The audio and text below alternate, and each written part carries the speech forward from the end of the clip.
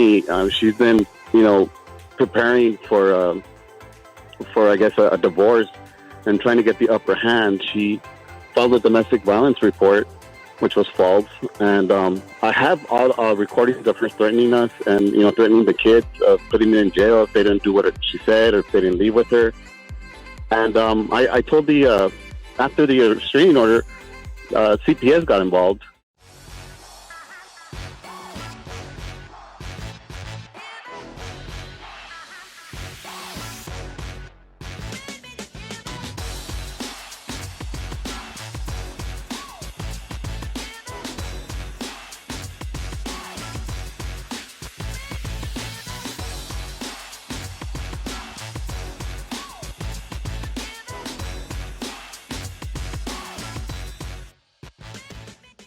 Child Protective Services.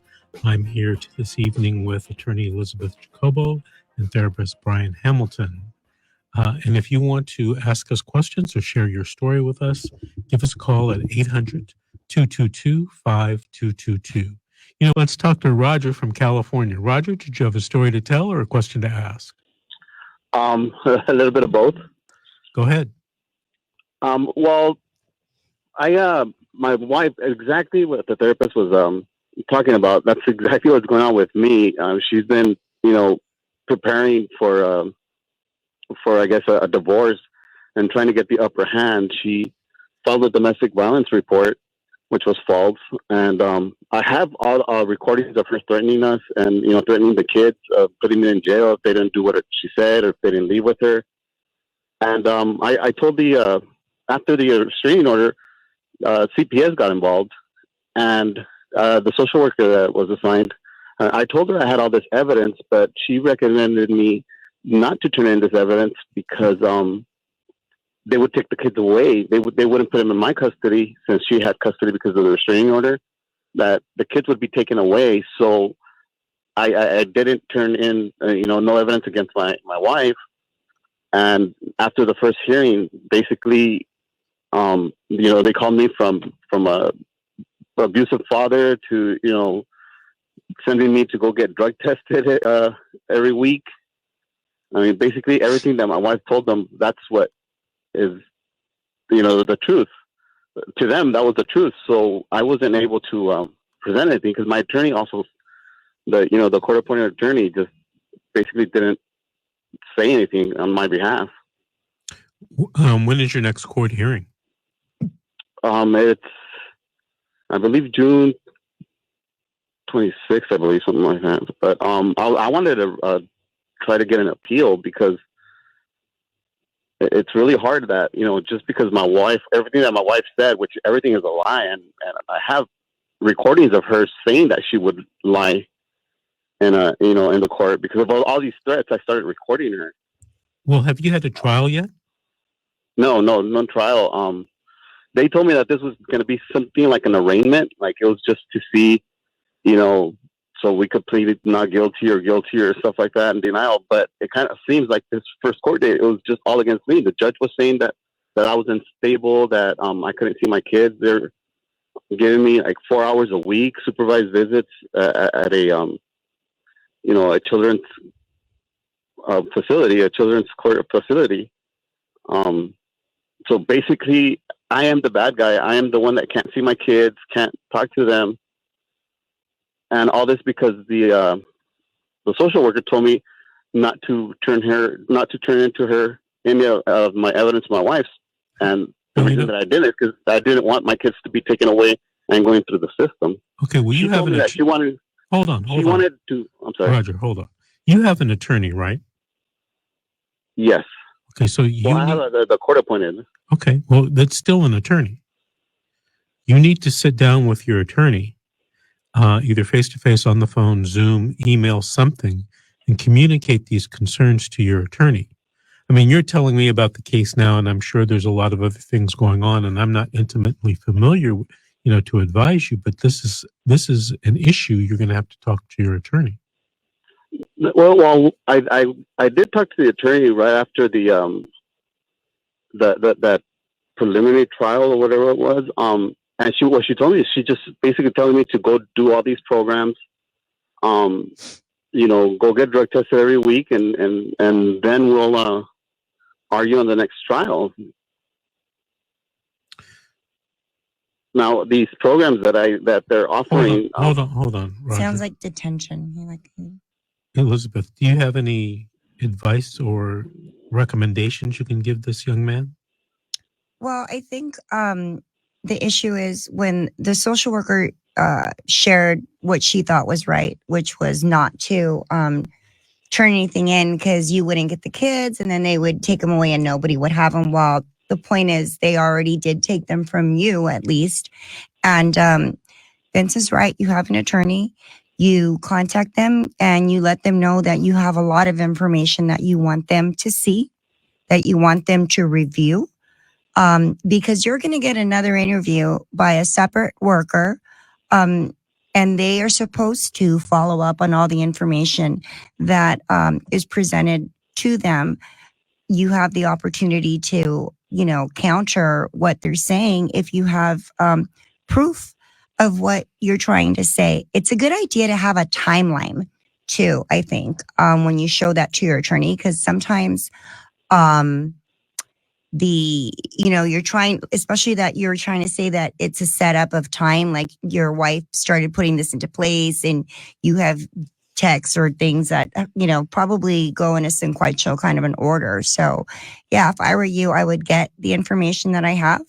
I would try to make a little timeline, and I would ask for my attorney to give me some time so I could sit down with them and explain my side, and make sure that you have copies of everything that you want people to see, and make sure you have that available for your second interview, because the dependency investigator should look through that and try to verify what you're saying. Brian, as a therapist, do you have any recommendations for the young man? Well, I would say, you mentioned that you've gone through some programs. Have you actually seen a therapist at all? No, I went through my provider, and just to be able to show the court that they're going to do a mental evaluation, and I'm going to talk to a therapist. Yeah, because what I would recommend is when you are speaking with a therapist, one of the things that they can do for you is they can write a letter on your behalf, basically saying, like, these are the issues that we've covered in therapy. This is the progress that we've experienced. And if they're able to talk with other members of your family and get a sense of like what your situation is, they can include those in a report, basically talking about what your situation is. Obviously, if they're going to be talking to other family members, they will need an authorization to release information because they are protected by HIPAA. But that's one way that you can at least start to kind of gain some ground and demonstrate that you are doing what is necessary to try and, meet the court's needs. No, but what I worry about is because my wife has been basically planning this. She's put, things in my family's heads, and especially, and I've been repeating this over and over with the social worker and my attorney, is the parental alienation that's going on with my kids. Right. They wanted to stay with me at home. They wanted to live with me at home. Mm-hmm. And that's what scared my wife, is that because she called police to the house, and the kids told the police that they wanted to stay with me, that they were, they wanted to live with me. Okay. And that's when she did the restraining order. Okay. And then ever since then, I haven't been able to even see my kids, talk to my kids, and I know now the oldest is against me, and it's a lot of parental alienation, which is her just manipulating them to go against me, whoever talks to them. So, my family basically is in agreement, because, they don't listen to her, they listen to the kids, but the kids are right next to her. They'll tell my family that, they don't want to be with me, or they don't want to talk to me, and which right, is and just that's her manipulating them. Yeah, that's a very common thing that that abusers will do, is they will manipulate the children against the other partner. And I think about the only thing that I can recommend in that situation is just doing what you can to use the court system to encourage them to get therapy as part of that process, because you can request that they be enrolled in therapy so that they can deal with some of those issues and they can start to separate themselves from mom and start to understand what's happening within those dynamics. One of the things that I've done with my clients is I use a game called it's called Werewolf, and it's basically showing them that they using different cards. It's kind of a card game, but basically they use different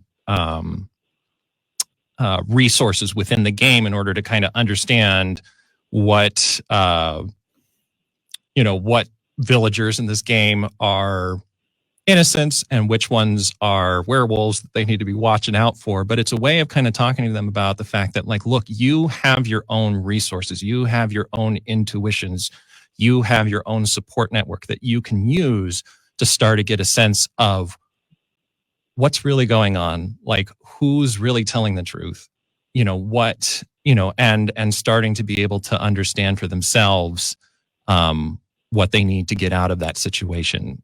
So, hey, Roger, I want to thank you for calling and thank you for listening. Call us back in about 2 or 3 weeks and give us an update, okay? We have to take a break now. This is The Secret, How to Fight Child Protective Services and Win. Give us a call, 800-222-5222. We'll be back after these messages.